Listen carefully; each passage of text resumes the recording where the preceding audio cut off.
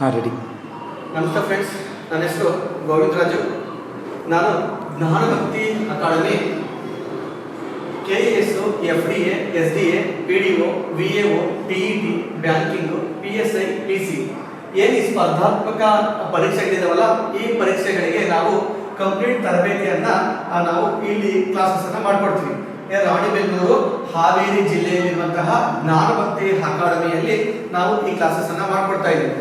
ನಾನು ಇಂದಿನ ತರಗತಿಯಲ್ಲಿ ಭಾರತದ ಸಂವಿಧಾನದ ಬಗ್ಗೆ ನಿಮ್ಗೆ ಹೇಗೆ ಓದಬೇಕು, ಈ ಪರೀಕ್ಷೆಗಳಿಗೆ ಹೇಗೆ ಓದಬೇಕು ಅನ್ನೋದನ್ನ ನಾನು ತಿಳಿಸ್ಕೊಡ್ತೀನಿ ಫ್ರೆಂಡ್ಸ್. ಭಾರತ ಸಂವಿಧಾನ ಅಂತಂದ್ರೆ ಇಂಡಿಯನ್ ಕಾನ್ಸ್ಟಿಟ್ಯೂಷನ್ ಅಂತ ಕರಿತೀವಿ ಇಂಗ್ಲಿಷ್ ನಲ್ಲಿ.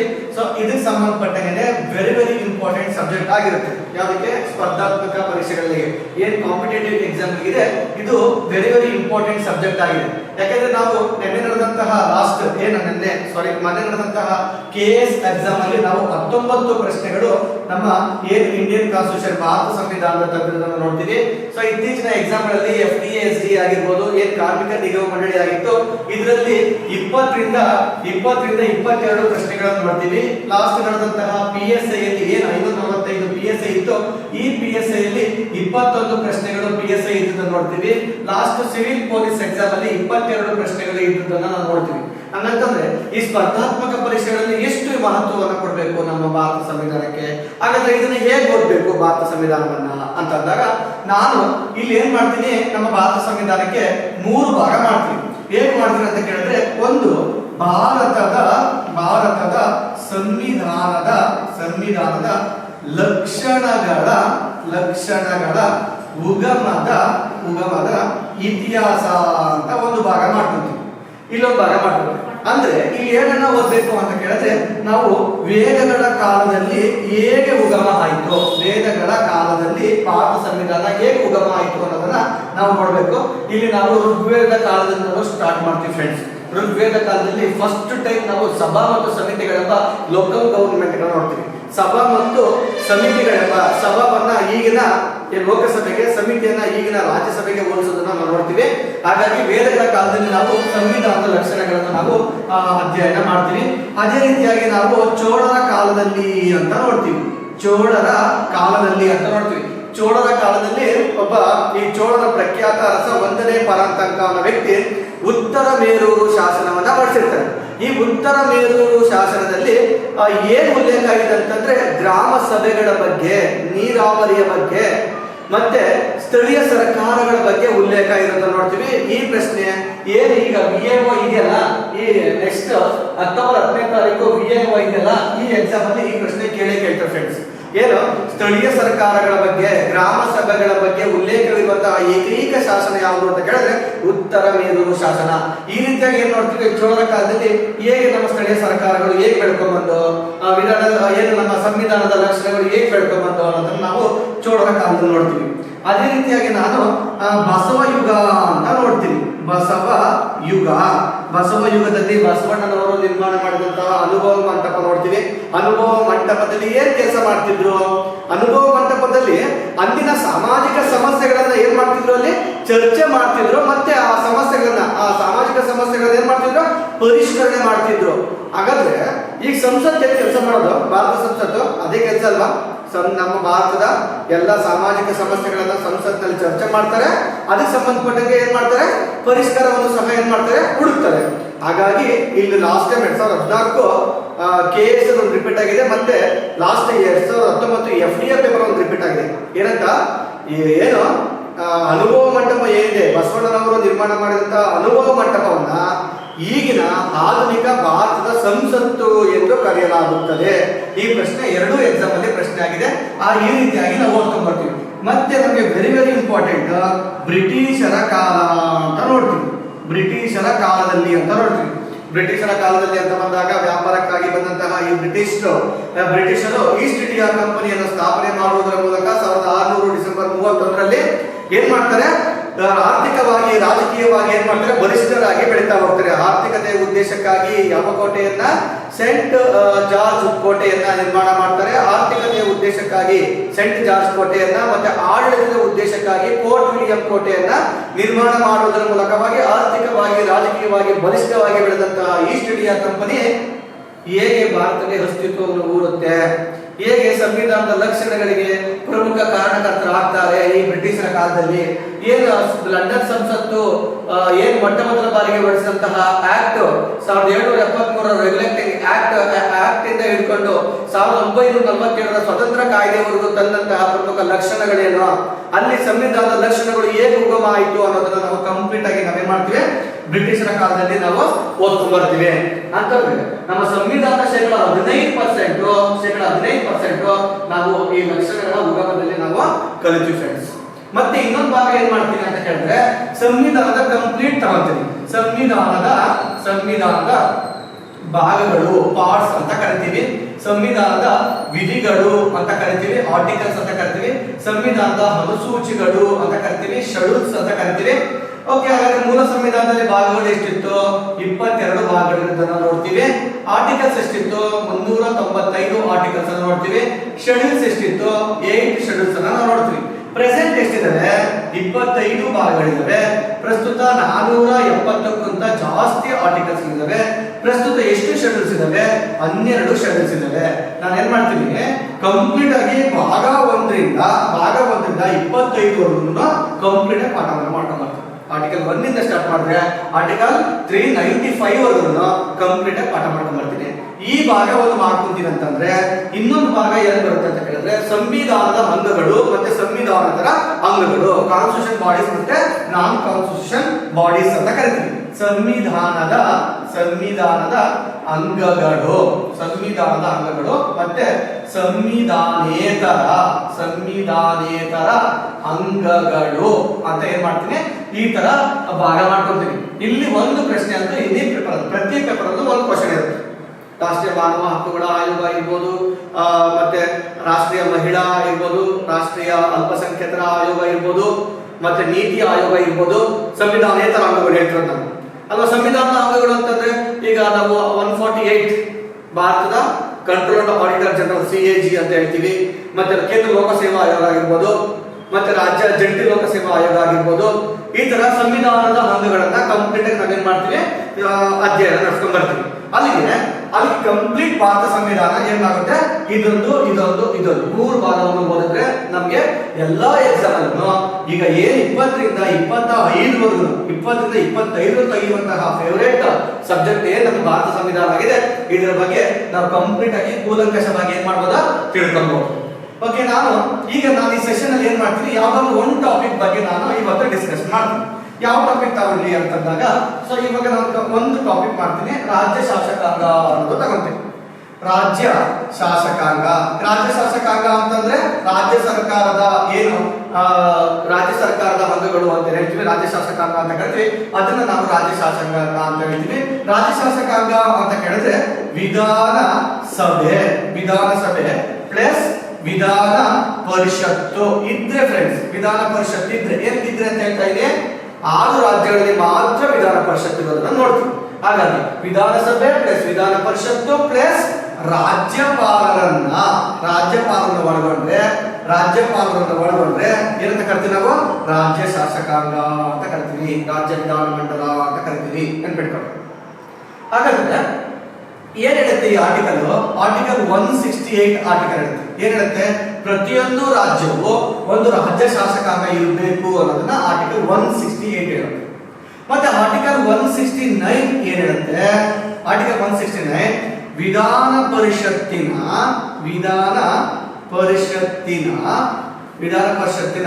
ಸೃಜನೆ ಅಂದ್ರೆ ಸೃಜನೆ ಅಥವಾ ರದ್ದುಪಡಿಸುವಿಕೆ ಅಂತ ಹೇಳುತ್ತೆ. ಹಾಗಾದ್ರೆ ಯಾವುದೇ ಒಂದು ರಾಜ್ಯದಲ್ಲಿ ವಿಧಾನ ಪರಿಷತ್ನ ಹೇಗೆ ಸ್ಥಾಪನೆ ಮಾಡ್ಕೋಬೇಕು, ಹೇಗೆ ಸೃಜನೆ ಮಾಡ್ಕೋಬೇಕು, ಹೇಗೆ ರದ್ದುಪಡಿಸೋದು ಅಂತ ಕೇಳಿದ್ರೆ, ಇವಾಗ ನಮ್ಮ ಭಾರತ ದೇಶದಲ್ಲಿ ಯಾವುದೋ ಒಂದು ರಾಜ್ಯದಲ್ಲಿ ವಿಧಾನಸಭೆ ಮಾತ್ರ ಐತೆ ಅಂತ ಅನ್ಕೊಂಡು, ಉದಾಹರಣೆ ಮಧ್ಯಪ್ರದೇಶ ಅಂತ ಅನ್ಕೊಂಡು, ಅಲ್ಲಿ ವಿಧಾನ ಪರಿಷತ್ತು ಇಲ್ಲ. ಹೇಗೆ ಸೃಜನೆ ಮಾಡ್ಕೊತೀವಿ ಅಂತ ಕೇಳಿದ್ರೆ, ಆ ರಾಜ್ಯದ ವಿಧಾನಸಭೆಯ ಒಟ್ಟು ಸದಸ್ಯರಲ್ಲಿ ಮೂರನೇ ಎರಡರಷ್ಟು ಬಹುಮತ ಮತ್ತು ಸಂಸತ್ತಿನ ಕಾನೂನಿನ ಅನ್ವಯ ಏನ್ ಮಾಡ್ಬೋದು? ವಿಧಾನ ಪರಿಷತ್ತನ್ನ ಏನ್ ಮಾಡ್ಬೋದು? ಸೃಜನೆ ಮಾಡ್ಬೋದು. ಅರ್ಥ ಆಯ್ತಾ? ಅಂದ್ರೆ ಈಗ ಯಾವುದೋ ಒಂದು ರಾಜ್ಯದಲ್ಲಿ ವಿಧಾನಸಭೆ ಮಾತ್ರ ಇದೆ, ಅಲ್ಲಿ ಏನಾದ್ರೂ ವಿಧಾನ ಪರಿಷತ್ನ ಸ್ಥಾಪನೆ ಮಾಡ್ಕೋಬೇಕು ಅಂತಂದ್ರೆ ಏನ್ ಮಾಡ್ಬೇಕು? ಅಲ್ಲಿದೆಯಲ್ಲ ವಿಧಾನಸಭೆ, ಆ ರಾಜ್ಯದ ವಿಧಾನಸಭೆಯ ಒಟ್ಟು ಸದಸ್ಯರಲ್ಲಿ 2/3 ಬಹುಮತವನ್ನ ಪಡ್ಕೋಬೇಕು. ಮತ್ತೆ ಏನೋ ಸಂಸತ್ತಿನ ಕಾನೂನಿನ ಅನ್ವಯ, ಏನು ಸೆಂಟ್ರಲ್ ಗೌರ್ಮೆಂಟ್ ಅಂತ ಹೇಳ್ತಲ್ಲ, ಸಂಸತ್ತಿನ ಕಾನೂನಿನ ಅನ್ವಯ ಏನ್ ಮಾಡ್ಬೋದು? ವಿಧಾನ ಪರಿಷತ್ತನ್ನ ಸ್ಥಾಪನೆ ಮಾಡ್ಕೋಬಹುದು. ಮತ್ತೆ ಹೇಗೆ ರದ್ದು ಮಾಡೋದು? ಹೇಗೆ ರದ್ದು ಮಾಡೋದು ಅಂತ ಕೇಳಿದ್ರೆ, ಈಗ ಒಂದು ನಮ್ಮ ಭಾರತ ದೇಶದಲ್ಲಿ ಯಾವುದೋ ಒಂದು ರಾಜ್ಯದಲ್ಲಿ ವಿಧಾನಸಭೆನೂ ಐತೆ, ವಿಧಾನ ಪರಿಷತ್ತು ಐತೆ ಅನ್ಕೊಳ್ಳಿ. ಹೇಗೆ ವಿಧಾನ ಪರಿಷತ್ ರದ್ದುಪಡಿಸೋದು? ವಿಧಾನ ಪರಿಷತ್ ರದ್ದುಪಡಿಸೋದು ಹೇಗೆ ಅಂತ ಕೇಳಿದ್ರೆ, ಸರಿ, ಆ ರಾಜ್ಯದ ವಿಧಾನಸಭೆಯ ಒಟ್ಟು ಸದಸ್ಯರಲ್ಲಿ 2/3 ಬಹುಮತದೊಂದಿಗೆ ಮತ್ತು ಸಂಸತ್ತಿನ ಕಾನೂನಿನೊಂದಿಗೆ ಏನ್ ಮಾಡ್ಬೋದು? ವಿಧಾನ ಪರಿಷತ್ ಏನ್ ಮಾಡ್ಬೋದು? ರದ್ದು ಮಾಡ್ಬೋದು. ಒಟ್ಟಿಗೆ ಹೇಳ್ತೀನಿ ನೋಡಿ. ಇವಾಗ ಈಗ ಒಂದು ರಾಜ್ಯದಲ್ಲಿ ವಿಧಾನ ಪರಿಷತ್ತನ್ನು ಸೃಜನೆ ಮಾಡಬೇಕು ಅಂತಂದ್ರೆ, ಸ್ಥಾಪನೆ ಮಾಡಬೇಕು ಅಂತಂದ್ರೆ, ಅಥವಾ ರದ್ದುಪಡಿಸಬೇಕು ಅಂತಂದ್ರೆ, ಆ ರಾಜ್ಯದ ವಿಧಾನಸಭೆಯ ಒಟ್ಟು ಸದಸ್ಯರಲ್ಲಿ 2/3 ಬಹುಮತವನ್ನು ಪಡ್ಕೋಬೇಕು. ಮತ್ತು ಸಂಸತ್ತಿನ ಕಾನೂನಿನ ಅನ್ವಯ ಏನ್ ಮಾಡ್ಬೋದ? ವಿಧಾನ ಪರಿಷತ್ತನ್ನ ಸೃಜನೆನೂ ಮಾಡಬಹುದ, ರದ್ದುಪಡಿಸಬಹುದು. ವಿಧಾನ ಪರಿಷತ್ತನ್ನ ಸೃಜನೆ ಮಾಡಬಹುದ, ರದ್ದುಪಡಿಸಬಹುದು ಅನ್ನೋದು ಆರ್ಟಿಕಲ್ 169 ಹೇಳುತ್ತೆ. ಓಕೆ, ಆರ್ಟಿಕಲ್ 170 ಏನು? 170 ವಿಧಾನಸಭೆ ಬಗ್ಗೆ ಹೇಳುತ್ತೆ. ನಾನೀಗ ವಿಧಾನ ಪರಿಷತ್ ಹೇಳೋದ್ರಿಂದ ವಿಧಾನ ಪರಿಷತ್ ಮಾತ್ರ ಕಂಟಿನ್ಯೂ ಮಾಡ್ತೀನಿ. 171 ಏನು ಹೇಳುತ್ತೆ? ವಿಧಾನ ಪರಿಷತ್ತಿನ ರಚನೆ ಅಂತ ಹೇಳುತ್ತೆ. ಅಂದ್ರೆ ಇವತ್ತು ವಿಧಾನ ಪರಿಷತ್ತಿನ ಸೃಜನೆ ಆದ್ಮೇಲೆ ಹೆಂಗ್ ರಚನೆ ಮಾಡ್ಕೊಬೇಕು ಅನ್ನೋದು, ಎಷ್ಟು ಜನ ಇರ್ತಾರೆ ಮೆಂಬರ್ಗಳು, ಏನ್ ರಚನೆ ಮಾಡ್ಕೊಳ್ಳೋದು ಅಂತ. ಅಂದ್ರೆ ಇವಾಗ ಯಾವ ರಾಜ್ಯದಲ್ಲಿ, ನಮ್ಮ ಭಾರತದ ಯಾವ ರಾಜ್ಯದಲ್ಲಿ ಓಕೆನಾ ವಿಧಾನಸಭೆ ಇದೆಯೋ ಆ ರಾಜ್ಯದಲ್ಲಿ ವಿಧಾನ ಪರಿಷತ್ತನ್ನ ಏನ್ ಮಾಡ್ಕೊಂಡಿರ್ತಾರೆ? ಸ್ಥಾಪನೆ ಮಾಡ್ಕೊಂಡಿರ್ತಾರ. ಆ ರಾಜ್ಯದ ವಿಧಾನಸಭೆಯ ಒಟ್ಟು ಸದಸ್ಯರಲ್ಲಿ 1/3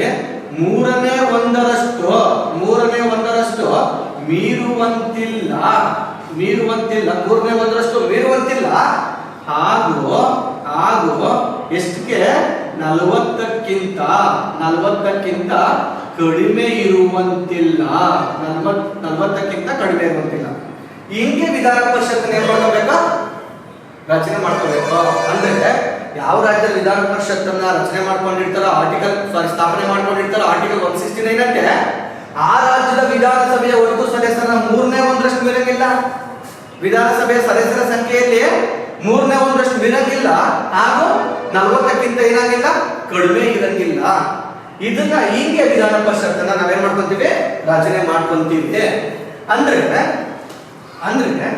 ಈಗ ಈ ರೀತಿಯ ರಚನೆ ಹೇಗಿರುತ್ತೆ ಅಂತ ಕೇಳಿದ್ರೆ ನೆನ್ಪಿಟ್ಕೊಳ್ಳಿ. ಈಗ 1/6 ನೆನ್ಪಿಟ್ಕೊಳ್ಳಿ. ಆರ್ಟಿಕಲ್ 171 ಅಂತ 1/6 ರಾಜ್ಯಪಾಲರು ಏನ್ ಮಾಡ್ತಾರೆ? ನಾಮಕರಣ ಮಾಡ್ತಾರೆ. ಎಲ್ಲಿಗೆ? ವಿಧಾನ ಪರಿಷತ್ಗೆ. ಯಾವ ಕ್ಷೇತ್ರದಲ್ಲಿ ಪರಿಣಿತ ಹೊಂದಿದವರನ್ನ? ಕಲೆ, ಸಾಹಿತ್ಯ, ಸಮಾಜ ಸೇವೆ, ವಿಜ್ಞಾನ, ಸಹಕಾರ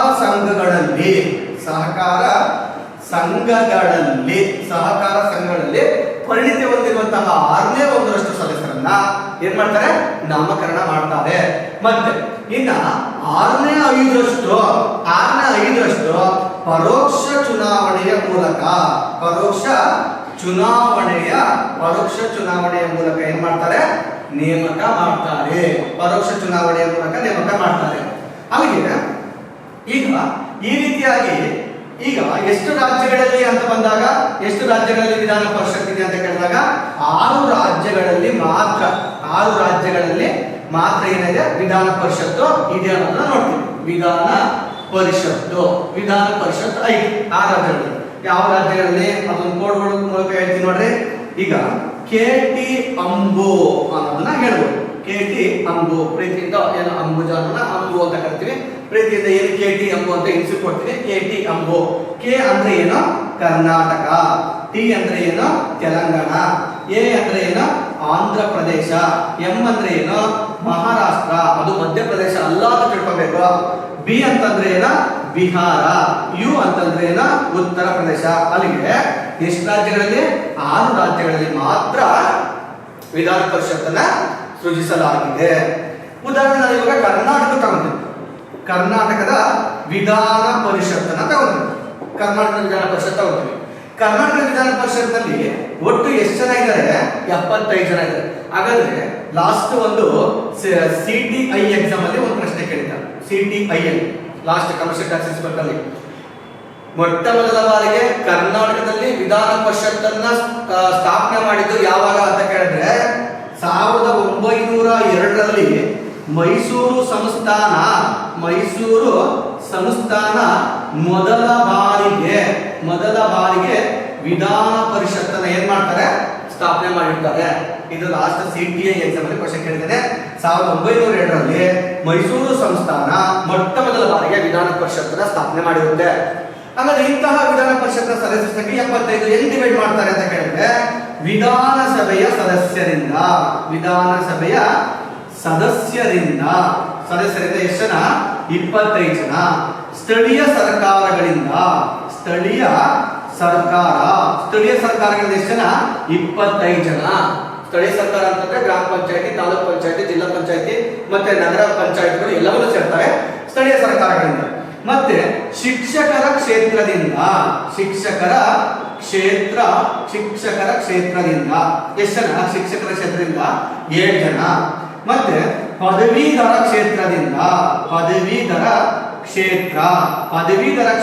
ಎಷ್ಟು ಜನ? 7 ಜನ. ರಾಜ್ಯಪಾಲರಿಂದ ನಾಮಕರಣ ಎಷ್ಟು ಜನ? 11 ಜನ. ಇದನ್ನ ಹೆಂಗ್ ಕೇಳ್ತಾನೆ ಎಕ್ಸಾಮ್ ಅಲ್ಲಿ? ಶೇಕಡಾವಾರು ಕೇಳ್ತಾನೆ. ಅಲ್ಲಿಗೆ 3ನೇ 1ರಷ್ಟು, 12ನೇ 1ರಷ್ಟು, 6ನೇ 1ರಷ್ಟು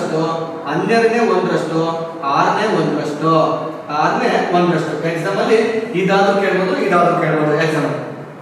ವಿಧಾನಸಭೆ ಸದಸ್ಯರ ಸಂಖ್ಯೆ 25 ಅಥವಾ 3ನೇ 1, ಸ್ಥಳೀಯ ಸರ್ಕಾರಗಳಿಂದ 25 ಅಥವಾ 3ನೇ 1, ಶಿಕ್ಷಕರ ಕ್ಷೇತ್ರದಿಂದ 7 ಅಥವಾ 12ನೇ 1, ಪದವೀಧರ ಕ್ಷೇತ್ರದಿಂದ 7 ಅಥವಾ 12ನೇ 1, ರಾಜ್ಯಪಾಲರ ನಾಮಕರಣ ಎಷ್ಟು? 11 ಅಥವಾ 6ನೇ 1. ಲಾಸ್ಟ್ CRDR ಎಕ್ಸಾಮ್ ಅಲ್ಲಿ CAR ಮತ್ತೆ DAR ಏನ್ ಇವತ್ತು ಲಿಸ್ಟ್ ಬಿಟ್ಟಿದಾರಲ್ಲ ಆ ಪೇಪರ್ ತೆಗೆದು ನೋಡಿ. ಆ ಪೇಪರ್ ಅಲ್ಲಿ ಏನ್ ಕ್ವಶನ್ ಕೇಳಿದ ಅಂತಂದ್ರೆ ಕರ್ನಾಟಕದ ವಿಧಾನ ಪರಿಷತ್ನಲ್ಲಿ ಪರೋಕ್ಷ ಚುನಾವಣೆಯ ಮೂಲಕ ಆಯ್ಕೆಯಾಗುವ ಸದಸ್ಯರ ಸಂಖ್ಯೆ ಎಷ್ಟು ಅಂತ ಕೇಳಿದ್ರೆ ಅಲ್ಲಿಗೆ ಪರೋಕ್ಷ ಚುನಾವಣೆಯ ಮೂಲಕ ಇಲ್ಲಿ ತನಕ ಇದು ನಾಮಕರಣ ಮಾಡೋದು. ಅಲ್ಲಿಗೆ 75ರಲ್ಲಿ -11 ಮಾಡಿದ್ರೆ ಎಷ್ಟು ಉಳಿತದೆ? 64 ಉಳಿತದೆ. 64 ಉಳಿತದೆ. ಈ ಕ್ವಶನ್ ಎಕ್ಸಾಮ್ ಕ್ವಶನ್ ಕೇಳಿದ್ದಾರೆ. ಸೊ ಈ ತರ ಏನ್ ಮಾಡ್ತಾನೆ? ಈ ತರ ಟಾಪಿಕ್ ತಗೊಂಡು ಏನ್ ಮಾಡ್ತಾರೆ? ಓವರ್ ಆಗಿ ಕ್ವಶನ್ ಕೇಳ್ತಾನೆ. ಓವರ್ ಆಗಿ ಏನ್ ಮಾಡ್ತಾರೆ? ಕ್ವಶನ್ ಎಕ್ಸಾಮ್ ಅಲ್ಲಿ ಕ್ವಶನ್ ಕೇಳ್ತಾರೆ. ಈ ತರ ಟಾಪಿಕ್ ಅರ್ಥ ಮಾಡ್ಕೊಂಡ್ಬಿಟ್ರೆ ಸಾಕು ನಾವು ಅವು ಹೆಂಗಾದ್ರೂ ಕ್ವಶನ್ ಕೇಳಿ ನಾವ್ ಏನ್ ಮಾಡ್ಬೋದು? ಆನ್ಸರ್ ಮಾಡ್ಬೋದು. ನೆನ್ನೆ ಒಂದು ಎಕ್ಸಾಮ್ ಅಲ್ಲಿ ಹೆಂಗೆ ಅಂದ್ರೆ ಇತ್ತೀಚಿನ ಪೇಪರ್ ನಾವು ನೋಡ್ತೀವಿ ಹೆಂಗ್ ಕೇಳ್ತಾರೆ ಅಂತ ಕೇಳಿದ್ರೆ A ಸರಿ, B ಸರಿ, C ಸರಿ ಹೇಳಿಕೆಗಳು A ಮಾತ್ರ ತಪ್ಪು, 1 ಮಾತ್ರ ತಪ್ಪು, 2 ಮಾತ್ರ ತಪ್ಪು, 3 ಮಾತ್ರ ತಪ್ಪು ಆ ಟೈಪ್ ಒಂದು ಕ್ವಶನ್ ಕೇಳ್ತಾರೆ. ಅದು ಒಂದು ನೆನ್ನೆ ನಡೆದಂತಹ KS ಎಕ್ಸಾಮ್ ಅಲ್ಲಿ 2024 KS ಎಕ್ಸಾಮ್ ಅಲ್ಲಿ ಒಂದೇ ಒಂದು ಕ್ವಶನ್ ತಗೋತೀನಿ.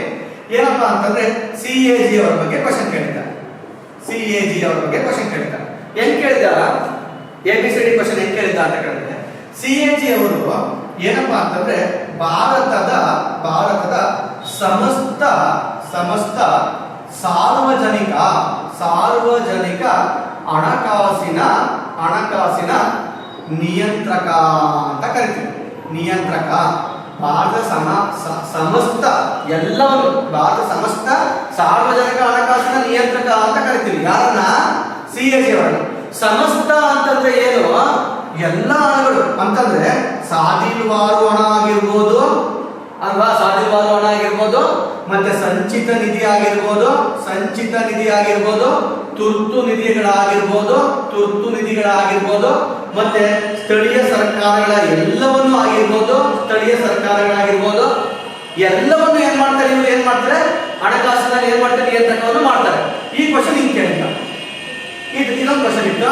ಮತ್ತೆ ಇವರ ಅಧಿಕಾರದ ಅವಧಿ ಏನಾಗಿರುತ್ತೆ ಅಂತ ಕೇಳಿದ್ರೆ, 6 ವರ್ಷ ಅಥವಾ 65 ವರ್ಷ ನಿವೃತ್ತಿಯ ವಯಸ್ಸು. ಇದೊಂದು ಆಯ್ಕೆ ಇತ್ತು. ಮತ್ತೆ ಇನ್ನೊಂದೇನಪ್ಪಾ ಅಂತಂದ್ರೆ ಇವರಿಗೆ ಮಹಾಭಿಯೋಗ ಉಂಟು. ಮಹಾಭಿಯೋಗ ಅಂದ್ರೆ ಏನು? ಮಹಾಭಿಯೋಗ ಅಂತಂದ್ರೆ ಏನು? ಇಂಪೀಚ್ಮೆಂಟ್ ಅಂತ ಕರೀತಾರೆ. ಮಹಾಭಿಯೋಗ ಉಂಟು. ಹೇಗ್ ಮಾಡ್ತಾರೆ ಮಹಾಭಿಯೋಗ CAG ಅವರಿಗೆ ಅಂತ ಕೇಳಿದ್ರೆ ಹೇಗ್ ಮಾಡ್ತಾರೆ? ಸುಪ್ರೀಂ ಕೋರ್ಟ್ನ ನ್ಯಾಯ